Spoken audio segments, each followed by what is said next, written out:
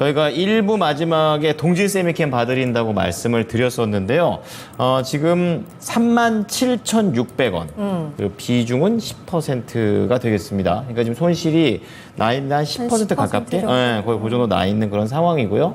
사셨던 가격이 딱 그렇죠. 오늘 차트 되게 다 비슷한 거 같지 않으세요? 뭔가 사고 난 다음에 내려가요. 그러니까 네. 이 박스권 하단 부근에서 매수를 하셨는데 깨고 내려간 거죠 지금. 그렇죠. 그러니까 뭐 대응하기도 좀 애매모호한 그런 상황. 또 저런 상황에서 추가 매수를 또 여쭤볼 수밖에 없는 그런 내용이 되겠습니다. 네. 자, 그럼 동질 세미캠 다시 회복돼서 수익이 좀 날 수 있을지 두 분의 의견 각자 여쭤보도록 하겠습니다. 김영일 전문가께서는 투자 의견 어떻게 가져가십니까? 보유입니다. 보유.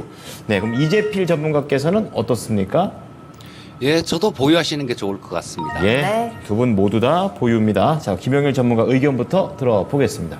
일단 동진 세미캠이 워낙에 이 미세 공정 쪽으로 모멘텀을 보유를 하면서 굉장히 좋은 모습들을 보여줬었잖아요. 다른 이제 이 포토레이스트 관련된 이러한 이제 종목들, EOV 공정 관련된 종목도 다 마찬가지겠지만 그러면서 이제 동진 세미캠이 워낙에 이제 시장에서 좋은 모습들을 보여주다가 최근에 2분기 넘어가면서부터는 계속해서 이제 부진한 모습을 보여주고 있습니다. 아무래도 결국에는 지금 현재 반도체 업황이 좋지 않아지게 되면 동진 세미캠 같은 경우에도 실적이 좋기가 힘들어요.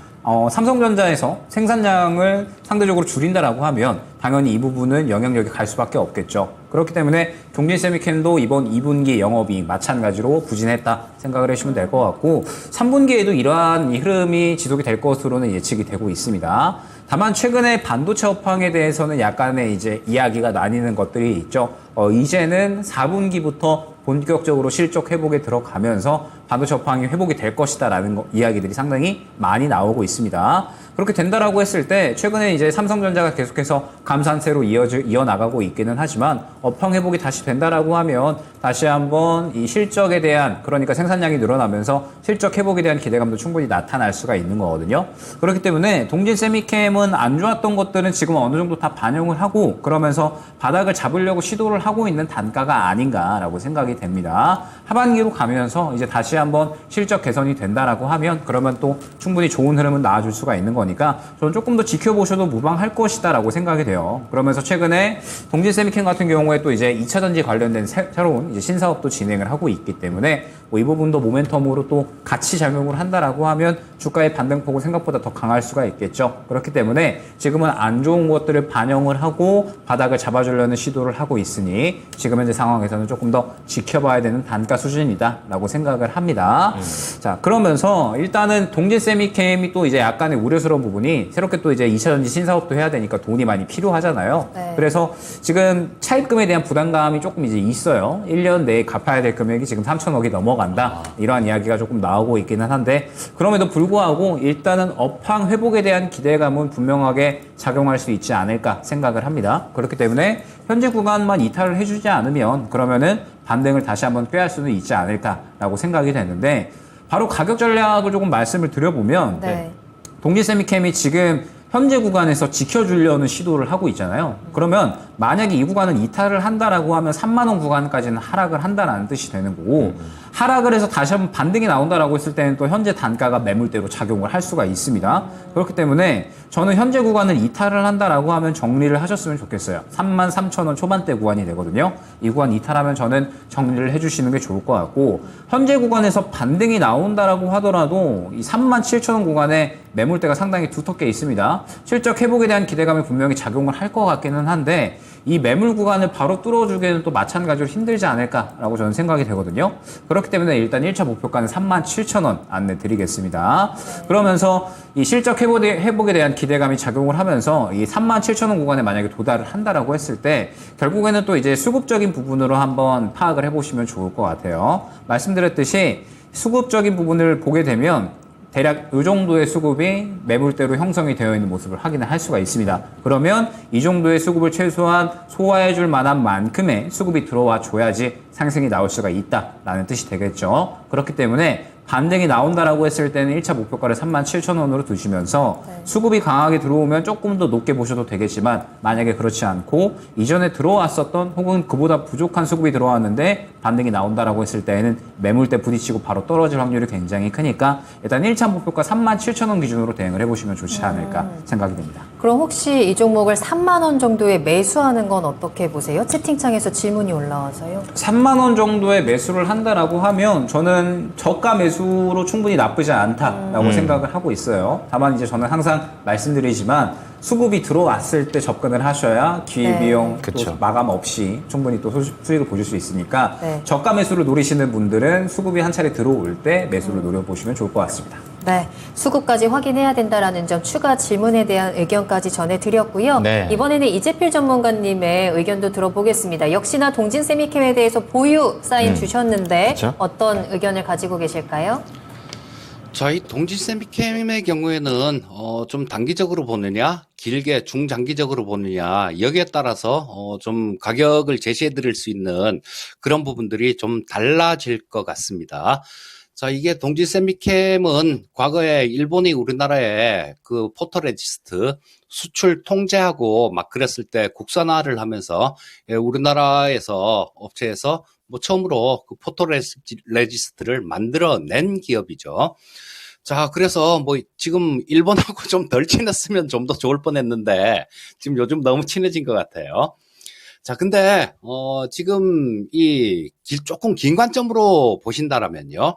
이 미세공정 쪽 이런 쪽은 지금 커질 수밖에 없습니다. 지금 현재 디램이나 낸드 같은 메모리를 생산하는 데는 미세공정을 쓰지는 않죠. 좀 파운드리 쪽에서 시스템 반도체들 이런 것들 생산할 때 이 미세공정을 적용을 하는데요.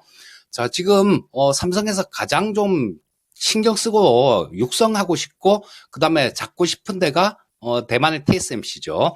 그래서 이 파운드리 쪽을 육성을 하려고 하고 있는데 자, 그렇다면 그렇게 되면 지금 뭐 요즘 얼마 전에도 삼성전자가 확 뛰어오른 게 엔비디아 물량을 수주했다라는 뭐 그런 얘기들 뭐 그런 부분들 때문에 뛰어올랐으니까요. 그리고 또 TSMC를 단기간에 따라잡기는 어려울 거예요. 하지만 차근차근 이렇게 투자도 많이 되고 쫓아가는 그런 상황이니까 긴 관점이시다라면 뭐 손절가도 신경 쓰실 필요 없으시고 목표가도 훨씬 더 높게 잡으셔도 될 것 같습니다. 긴 관점이다라면 뭐 한 최소한 1년 이상의 그런 관점을 말씀드리는 거고요. 자, 지금 같은 경우는 좀 가격 전략을 좀 말씀을 드리면 지금 현재 자리가 딱 지지를 받아줘야 되는 그런 자리입니다. 그리고 뭐 지금 문제 있었던 부분들이 조금 해결이 돼 가는 것 같아요. 자, 지금 저쪽에 해외 공장을 지으려고 뭐 그렇게 독일이나 미국 쪽에 공장을 지으려고 하고 있는데 그 자금이 약간 좀 문제가 되는 그런 상황이었죠. 근데 이 회사에서는 아직까지는 아무 얘기도 없습니다. 근데 보도 자료들 나오는 거 보면 이 동진세미캠이 중국에 공장을 11개 정도 보유하고 있는데요. 그 중에 9개를 매각을 해서 해외 투자 자금들 이런 것들을 마련을 할 수 있을 거다라는 뭐 그 기사에서는 뭐 체결했다 이렇게까지 나오는데요. 공식적으로 회사에서 뭐 이게 얘기를 하질 않으니까 그 진위 여부는 모르겠지만요. 어쨌든 가능성은 좀 있다라는 생각인데, 자, 그렇다면 뭐 자금에 대한 압박 부분들 이런 부분들도 조금 해소가 될 수 있을 거고요. 또 뭐 독일이나 뭐 미국 쪽에 이런 데 공장을 짓는다라면 향후에 발생될 모멘텀들 이런 것들도 상당하다라고 봅니다. 자, 삼성전자가 미국에 또 공장을 짓고 있죠. 그렇게 되면 거기다가도 또 포토레지스트들 뭐 이런 것들 납품을 하게 될 거고요. 그러면 중장기적인 실적은 상당히 좋다라고 볼 수 있을 겁니다. 그리고 지금 현재 상태에서도 보면 밸류에이션은 그렇게 문제가 되지는 않는다라고 봅니다. 뭐 작년보다는 실적은 조금 줄어들 것 같아요.